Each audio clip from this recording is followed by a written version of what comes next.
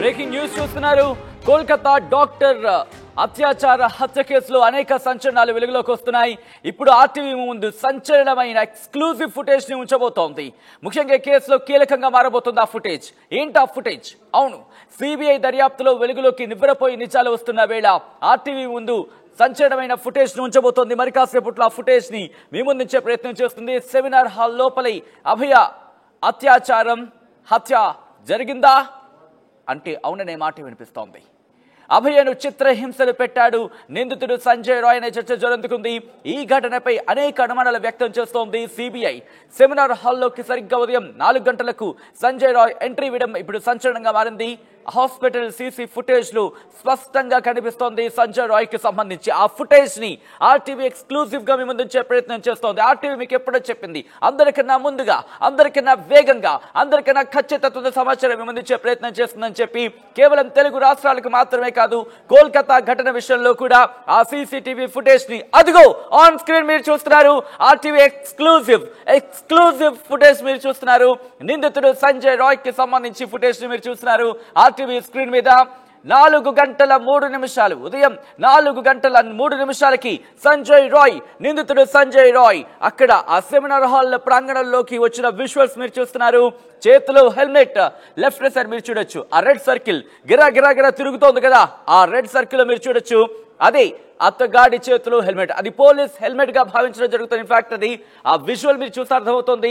దాంతో అత్తగాడికి సంబంధించి క్లారిటీ వచ్చిందనే మాట వినిపిస్తోంది. మెడలో అదిగో మెడలో మీరు చూస్తున్నారు, అక్కడ ఆరో మార్క్ మీరు చూడొచ్చు.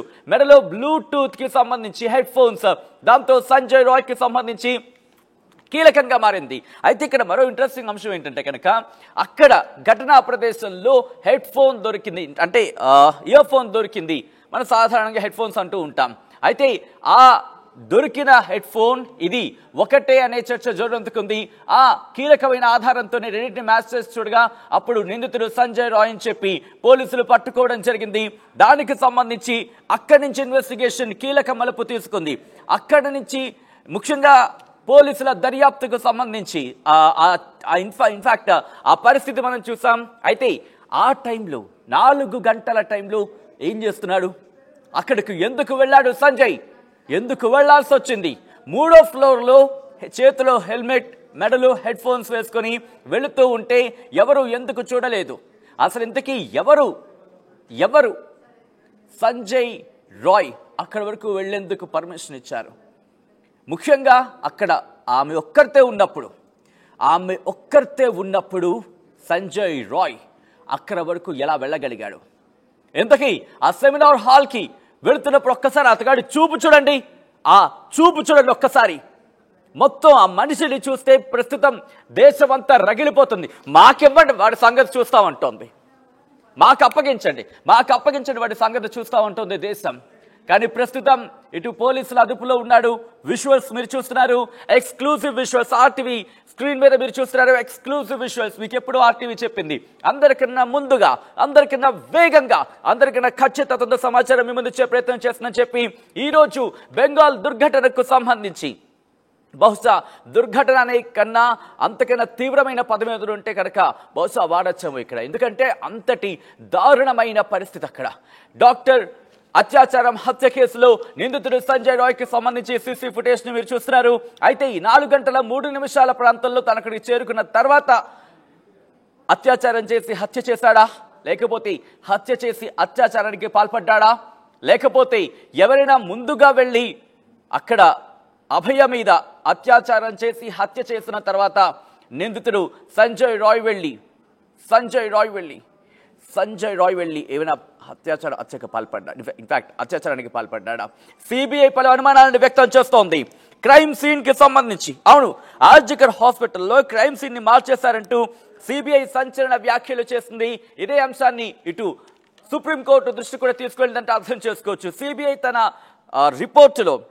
రిపోర్టులో కీలక అంశాలను ప్రస్తావించింది. అంత్యక్రియలు ముగిసేదాకా, అంటే అర్ధరాత్రి 11 గంటల 45 నిమిషాల వరకు ఏం చేస్తున్నారు?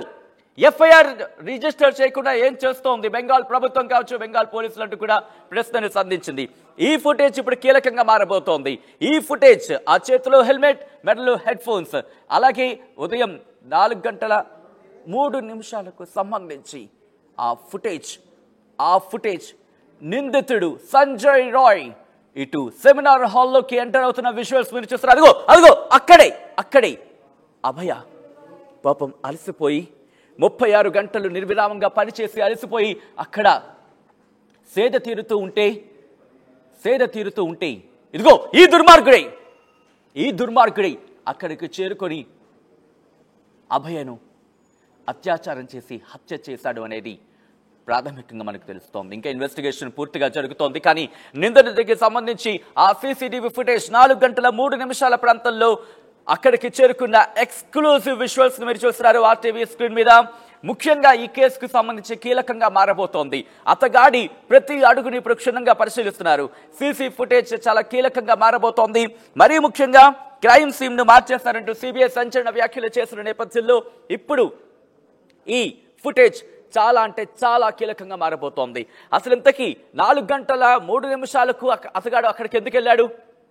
మరి ముఖ్యంగా సీసీ ఫుటేజ్ లో మనకు కనుక గమనిస్తే ఒక ఎడం వైపు చూస్తున్నట్టు కనిపిస్తోంది. అంటే ఆ లోపలికి వెళ్లే ముందు, ఎంటర్ అయ్యే ముందు అక్కడ పరిస్థితిని మొత్తం సమీక్షించే ప్రయత్నం చేశాడా? అక్కడ పరిస్థితి ఒకసారి అబ్జర్వ్ చేసే ప్రయత్నం చేశాడా? అతగాడు అక్కడ వరకు వెళ్ళడానికి ఎవరు కారణం? ఎందుకంటే ఇక్కడ ఇంట్రెస్టింగ్ క్వశ్చన్ మార్క్ రైజ్ చేయడం జరుగుతుంది. అందరూ 3rd ఫ్లోర్లో సెమినార్ హాల్లో అభయ ఉందని ఎవరు చెప్పారు? అతగాడు ఎక్స్క్లూజివ్ విజువల్ మీరు చూస్తున్నారు. ఉదయం 4 గంటల 3 నిమిషాలకి సంజయ్ సెమినార్ హాల్ దగ్గరికి వెళుతున్న విజువల్స్ ని మీరు చూస్తున్నారు. ఇప్పటి వరకు ఎవ్వరూ మీకు చూపించిన విజువల్ ఇప్పుడు కీలకంగా మారబోతోంది. సెంట్రల్ బ్యూరో ఆఫ్ ఇన్వెస్టిగేషన్ కి కీలకంగా మారబోతోంది ఈ ఫుటేజ్. ఒక్కసారి విజువల్ మీరు చూస్తున్నారు. నిందితుడు సంజయ్ రాయ్. ఇప్పుడు ఆ విజువల్ ని మీరు కనుక గమనిస్తే సంజయ్ రాయ్ కి సంబంధించినంత వరకు ఎవరికైనా అనుమానాలు ఉంటే కనుక బహుశా పటాపంచలయ్యే అవకాశమే కనిపిస్తోంది. అయితే కేవలం సంజయ్ రాయ్ మాత్రమే ఒక్కడే వెళ్ళాడా? ఇంకా ఎవరైనా ఉన్నారా? ఇవన్నీ కూడా ఇప్పుడు వెలుగులోకి రావాల్సిన అవసరం కనిపిస్తోంది. సంజయ్ రాయ్ వెనకాల ఇంకా ఎవరెవరు ఉన్నారు? ఎందుకంటే ఇక్కడ ఈ రోజు మాజీ ప్రిన్సిపల్ సందీప్ ఘోష్ పాలిగ్రాఫీ టెస్ట్ అంటే లైట్ డిటెక్టర్ టెస్ట్ కూడా జరుగుతోంది. అతనితో పాటు మరో 5గురికి లైట్ డిటెక్టర్ అంటే పాలిగ్రాఫీ టెస్ట్ జరుగుతోంది. అంటే ఇప్పుడు వీళ్లకు సంబంధించి కూడా పాత్ర ఉందా? ఎందుకు ఈ అనుమానాలు రైజ్ అవుతున్నాయంటే కనుక మీరు ఎక్స్క్లూజివ్ విజువల్స్ మీరు చూస్తున్నారు. ఆర్టీవీ మీకు ఎప్పుడో చెప్పింది, అందరికన్నా ముందుగా, అందరికన్నా వేగంగా, అందరికన్నా ఖచ్చితత్వంతో సమాచారం ముందు ఇచ్చే ప్రయత్నం చేస్తుందంటూ కూడా ఒక్కసారి ఫుటేజ్ ని చూస్తే కనుక దాదాపుగా క్లారిటీ వచ్చే అవకాశం ఉందని అనుకోవచ్చు. అయితే ఇక్కడ మరికొన్ని అనుమానాలు రైజ్ అవుతున్నాయి. ఇప్పుడు డైరెక్ట్ గా అక్కడ చేరుకునే ముందు అంటే 4 గంటల ప్రాంతంలోకి సంజయ్ రాయ్ నిందితుడు అక్కడికి చేరుకునే ముందు రోజు రెక్కి నిర్వహించాడా? ఇప్పుడు ఈ అనుమానాలు కూడా రైజ్ అవుతున్నాయి. అవును, ఇప్పుడు ఆ అనుమానాలు కూడా రైజ్ అవుతున్నాయి. ఎందుకు రైజ్ అవుతున్నాయంటే కనుక ఆగస్టు 8న ఉదయం 11 గంటల ప్రాంతంలో ఆర్జీకర్కి సంబంధించి ఆర్జీకర్లోని ఛాతీ డిపార్ట్మెంట్ అంటే చెస్ట్ డిపార్ట్మెంట్ అక్కడ కొంతమంది వైద్యులతో అభయ మాట్లాడుతూ ఉండగా తను చూశాడు, అక్కడే సంజయ్ అక్కడక్కడే తిరిగాడు అనేది సీసీ ఫుటేజ్ కూడా దొరికినట్టుగా సిబిఐ ఇన్వెస్టిగేషన్లో తేలినట్టుగా ఒక ప్రచారం జరుగుతోంది. దానికి బేస్గా, దానికి సపోర్ట్గా ఈరోజు ఈ ఫుటేజ్ని మనం భావించవచ్చు. అయితే ఇక్కడ ఇంకా ఈ వివరాలకు సంబంధించి రావాల్సింది. దాంతోపాటు ఆ మరుసటి రోజు అంటే అభయ అక్కడికి సెమినార్ హాల్కి చేరుకున్న విజువల్స్ మీరు చూస్తే కనుక నిందితుడు సంజయ్ రాయ్ అక్కడి నుంచి ఎలా ఒక్కసారి ఆ చూపు చూడండి, ఎంత కంతిరి చూపు అర్థమవుతుంది. ఆ నిందితుడు మాట్లాడిన పద్ధతి కనుక గమనిస్తే అతగాడి మానసిక పరిస్థితి అర్థమవుతోంది. అటువంటి నిందితుడిని, అటువంటి దుర్మార్గుణ్ణి ఇంతవరకు ఎందుకు అరెస్ట్ చేసి ఉంచారు అనేది అభయ తల్లిదండ్రులు ప్రశ్నిస్తున్నారంటే అర్థం చేసుకోవచ్చు. ఈ కేసు తీవ్రతను అర్థం చేసుకోవచ్చు. మరీ ముఖ్యంగా సుప్రీంకోర్టు కూడా మొట్టికాయలు పెట్టిందనే చెప్పాలి. అవును, మొట్టికాయలు పెట్టింది ప్రభుత్వాన్ని. ఒక జడ్జి అయితే ఒకటే మాట అన్నారు ఏకంగా. తన 30 ఏళ్ల కెరియర్లో జస్టిస్ పార్థివాల్ అన్నారు, తన 30 ఏళ్ల వృత్తి జీవితంలో ఇలాంటి ప్రభుత్వం వ్యవహరించిన విధానాన్ని ఎప్పుడూ చూడలేదంటూ కూడా ఆయన చెప్పడం ఈ కేసు తీవ్రతను అర్థం పడుతోంది. ఇంత సీసీ ఫుటేజ్ ఉంది, ఇంత సీసీ ఫుటేజ్ దొరుకుతోంది, అయినప్పటికీ కూడా ఇన్వెస్టిగేషన్ ఎందుకు లేట్ అయ్యింది? ఎఫ్ఐఆర్ నమోదు ఎందుకు లేట్ అయ్యింది? ముఖ్యంగా ఈ నిందితుడికి సంబంధించి పట్టుకున్న తీరులో కావచ్చు, లేకపోతే ఆ తర్వాత క్రైమ్ సీన్ని కాస్త ఆల్టర్ చేసే ప్రయత్నాలు జరిగాయనే వాదన కావచ్చు, వీటన్నిటికీ సంబంధించి ఎందుకు క్షమించాలి బెంగాల్ పోలీసులు సరైన సమాధానం ఇవ్వలేకపోయారంటూ కూడా ప్రశ్నల వర్షం కురుస్తుందంటే అర్థం చేసుకోవచ్చు. నిందితుడు ఒక్కడే వెళ్ళాడా? ఆయన వెనకాల ఇంకెవరైనా ఉన్నారా? నిందితుడికి ఎవరు సహకరించారు? ఎందుకు సహకరించారు? ఎందుకు సహకరించాల్సి వచ్చింది? ఒకవేళ సహకరించిందంటే తేలితే కనుక ఒక్కడే చేయగలిగాడా? అంతవరకు వెళ్ళడానికి కారణం ఏంటి? ఎందుకు అభయనే టార్గెట్ చేశాడు? అభయనే టార్గెట్ చేశాడా, లేకపోతే వేరే వాళ్ళను టార్గెట్ చేయబోయి అభయ టార్గెట్ అయిందా? ఆ క్వశ్చన్స్ అన్ని ఇప్పుడు రైజ్ అవుతున్నాయి. ప్రస్తుతం ఈ సీసీ ఫుటేజ్ అనేది కీలకంగా మారిందనే చెప్పుకోవాలి. ఎందుకంటే ఉదయం 4:03 ఆ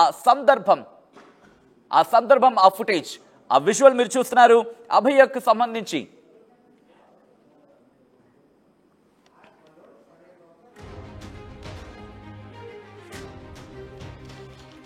ఆల్ రైట్,